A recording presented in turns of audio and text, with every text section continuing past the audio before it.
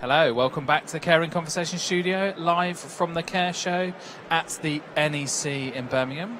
It's late on day 2. The crowds are slowly leaving. It's calming down. People are reflecting on the day they've had, on the 2 days they've had. Some people packing up already. Naughty, naughty. So, I have Alfie in the studio with me. Alfie, hello.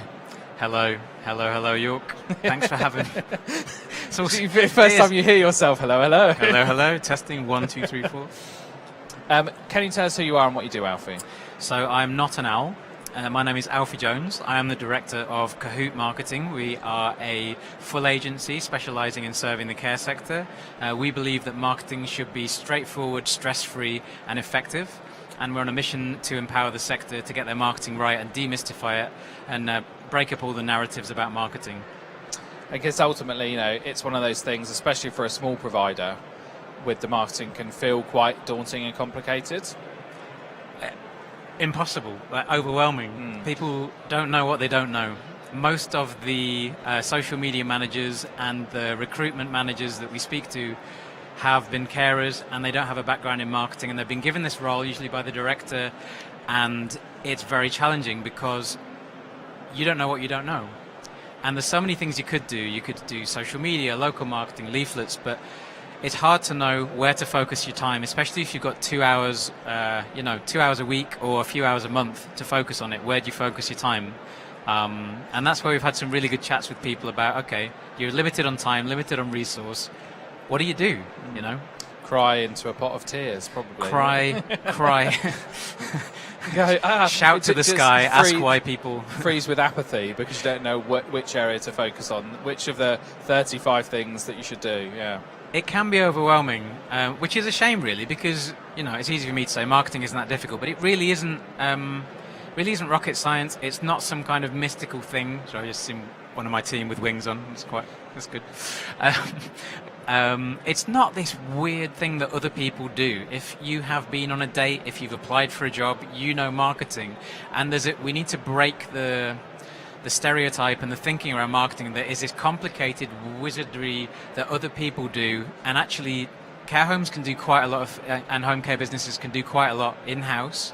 And they usually don't need as much support or need to pay as much as they think they do for effective marketing, but it does take time and it does take change, and it is about being consistent, and it is about it all being joined up. Because if your website doesn't talk to your applicant tracking system, if you've got one, and it doesn't map onto the words you're using in any flyers you send out, and it doesn't map onto the words that come out of people's mouths when you do in-person events, then it's not joined up and it's not going to work.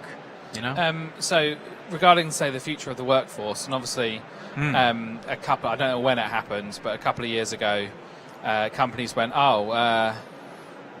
we can't recruit people anymore because there's too much competition. Yeah. So marketing department, please help us recruit people. And it's a bit of a different animal, isn't it? So what are your thoughts on sort of recruitment marketing? Where do we start? Well, it's interesting because when you say recruitment marketing, because we talk about this, we talk about recruitment marketing, but the truth is that recruitment is a marketing problem anyway, and people are beginning to realize this now.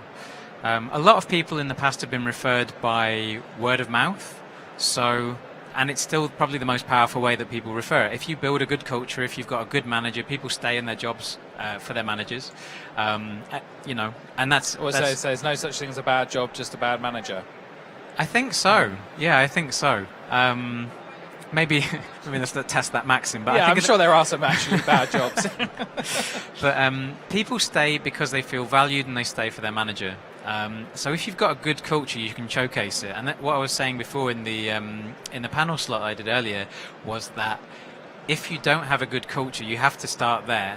You can't paper over that.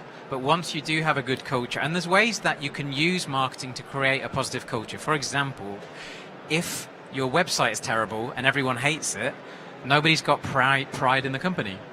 If your website is beautiful and everyone loves it, even if there's some difficulties, people will say, this is the company I work for. And say, that looks really amazing. You do all these things. Yeah. And the message that you've got on there communicates. but you still need the culture, because then from there you need to showcase the culture with recruitment marketing, and the best way to do that is social media, and the best way is to take pictures and videos, showcasing what it's like to work there, and if the culture is good, it will sell itself.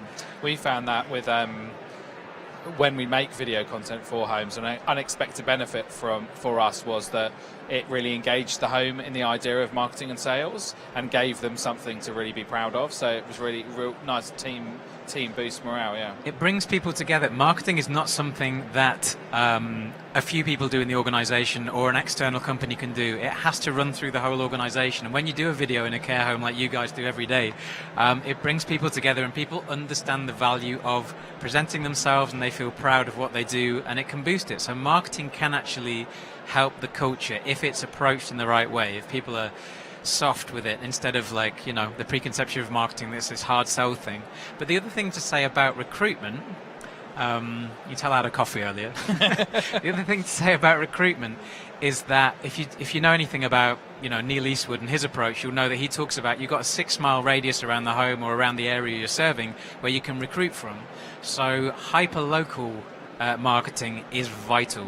What are you doing within a 6-mile radius that can really make you visible in the community, get people talking, and then you pair that with, that's word of mouth marketing and PR, and how do you pair that with the digital as well? So word of mouth is the most powerful, but in 2024, word of mouth happens online. Yeah, I think ultimately it's about a holistic approach that's focused really tightly on your audience. So like you said, with the hyper local marketing, it's about thinking what's a really effective way of communicating with people, and just sticking it on your website is not a very effective way of communicating with people. So you need to go and you need to talk to people and hold events and see people, and go to car boot sales, go to school fetes, engage with the community, and then use the digital platforms to enhance that and reach other people. So I think we've got a webinar in a couple of weeks, haven't we, Alfie? We do have a webinar. Look good at that. link. I was angling to plug that in there. So we're going to be talking about hyperlocal marketing. What's the date of the webinar? Thursday, the 24th of October at 11 a.m. Perfect. So I'm sure we'll do some kind of some code promo or link here. Yeah, link in the description. That's what the YouTubers say, isn't it? Link in the description. Wherever it is.